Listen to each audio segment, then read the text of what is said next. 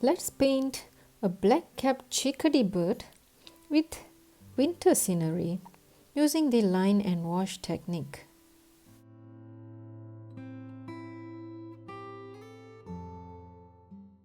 Hello everyone and welcome to Run My Arts watercolor series, and I'm going to demonstrate today's painting using the line and wash technique.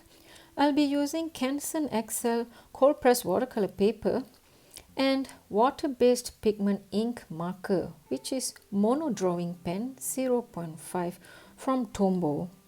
So usually it is advisable to use waterproof ink pens or drawing markers when you are using watercolor washes. And if you'd like to know more about the basics in wash and line, I have a tutorial on that, and I'll leave the link to the video in the description section.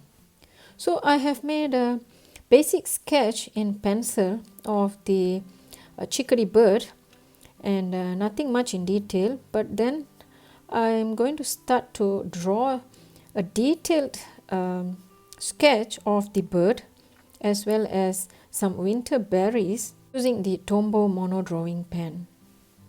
So after sketching the bird as well as some twigs and winter berries, I'm going to give it some washes using Schmincke watercolor, which is why I said it is important to sketch using a waterproof pen before you make your washes. Otherwise, any water-based paint or even the water itself could actually dilute the pen's ink, and it's going to tarnish your entire sketch. Of course, in order to avoid this problem or issue, you can make the washes first, which is paint your subject matter fully with the watercolors and make your pen sketches later on when the painting is completely dry. But in this tutorial, I'm going to show you how to do the line or the sketches first before making the washes.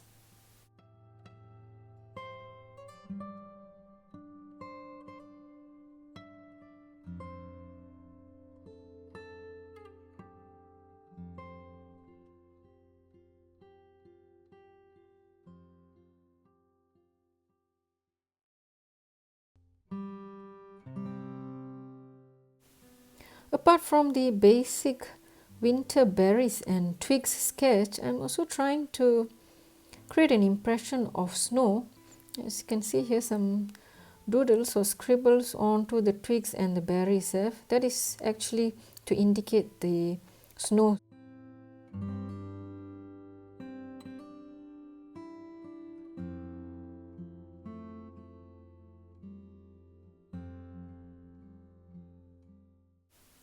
So you don't have to make very perfect or complete sketch, because once you have painted, you can add in more sketches if it's required according to your preference.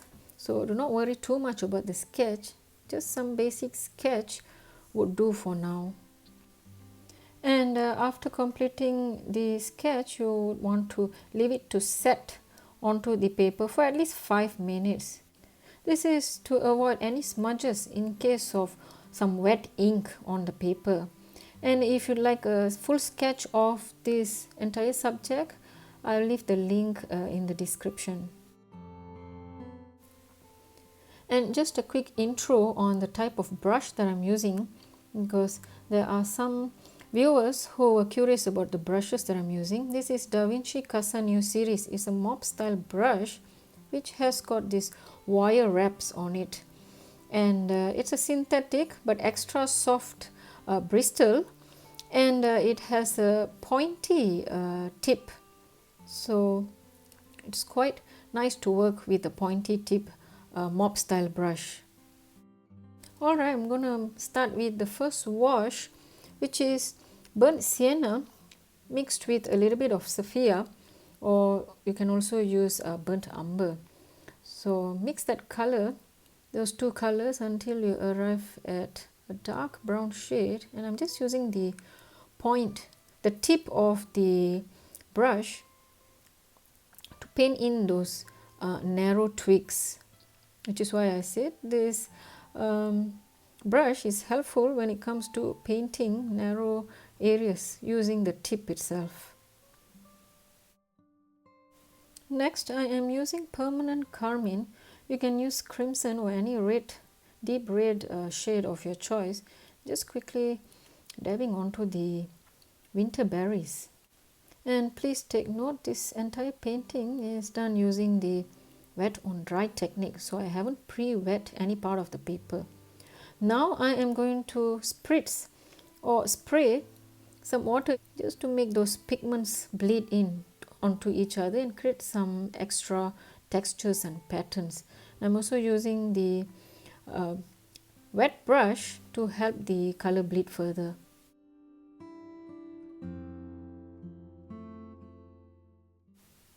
Adding some extra colors to create more vibrancy onto the painting, which is yellow ochre.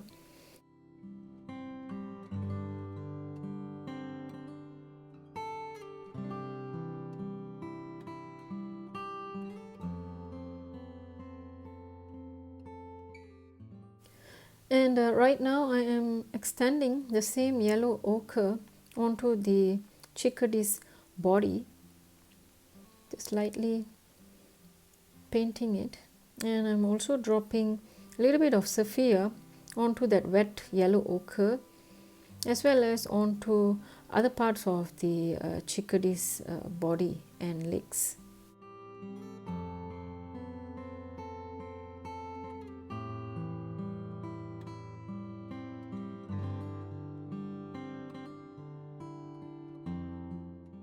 So after applying the paint, I'm going to use a clean damp brush to give them some light washes.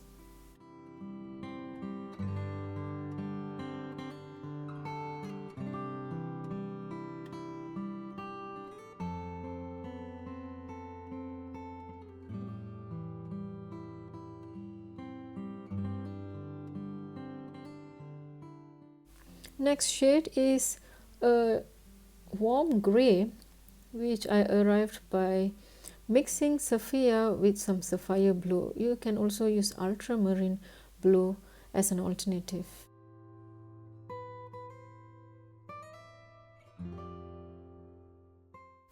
Next color is going to be black, and it's lamp black from Schminke Horadam. If you don't prefer to use black, then you can continue to use the warm grey mix that I showed earlier. It's just that you need to increase the amount of pigment in your water mix so that it appears darker, or you can also use some Payne's grey.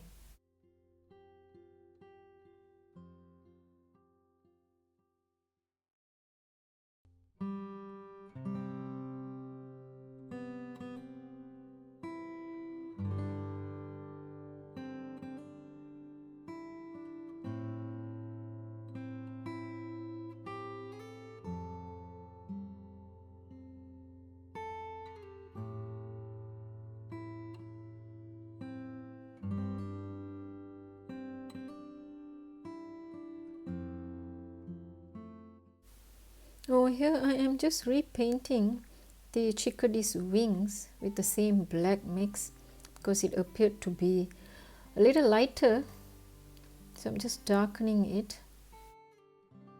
So I just need some pigment on the white area or the neck area of the chickadee, so I'm just using a damp brush to drag in those pigment from the black shade and just staining the bright area so that it appears a bit darker. So I'm going to use my rigger brush to fine-tune some of those branches with dark pigment, and the color mix is sapphire with a little hint of that black paint.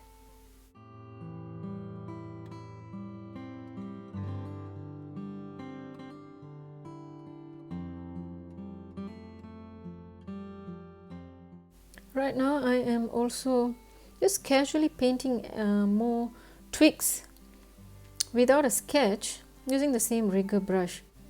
And this is why I mentioned earlier in this video that you don't have to decide to sketch or draw everything in the beginning stage yourself. You can keep modifying as you progress in the painting.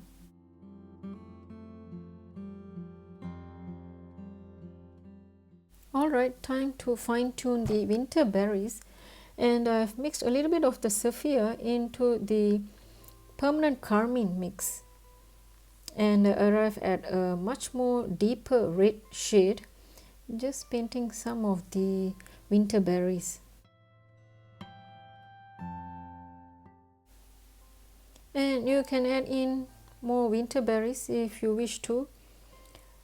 However, if you do not prefer the dominance of the red and yellow tones, then you can minimize the use of the red tones.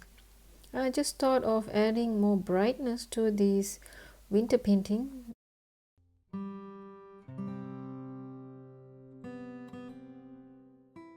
Alright, time to paint the background. I'm going to use a mix of violet with a hint of the sapphire, so you'll get a very dull looking violet mix. And I'm painting this wet on wet, so as you notice I have pre-wet the paper before I painted them with the purple shade.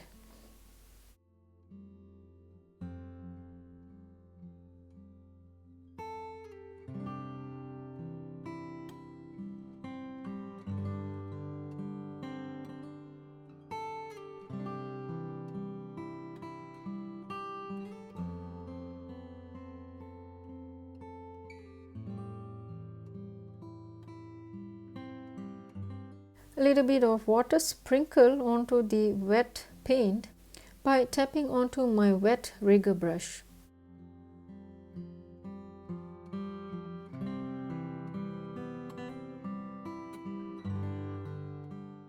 Alright, my painting is dry. Now time for fine-tune details, and this is definitely my favorite part, as you can see in all my videos. Some white gouache paint, and I'm using this to indicate or paint onto the snow doodles that I made earlier using the ink sketch. So I'm just painting over those sketches, or even if you haven't sketched, you can just casually go on and paint those white paint onto some part of the twigs and berries.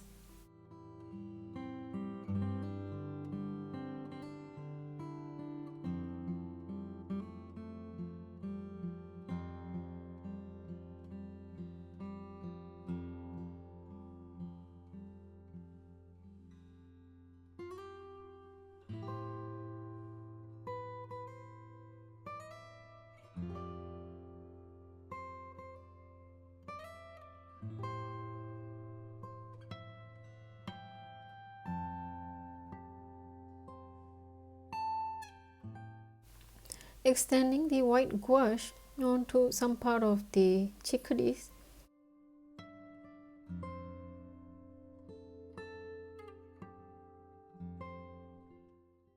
Of course, a little paint spatter wouldn't hurt a watercolor painting, right?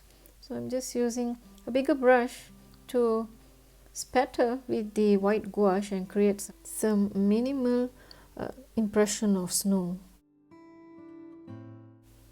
A quick cleanup since there's some white spatter on the chickadee, and I thought of fine-tuning the chickadee's eye. So I'm using the mono drawing pen to sharpen the look of its eye and beak.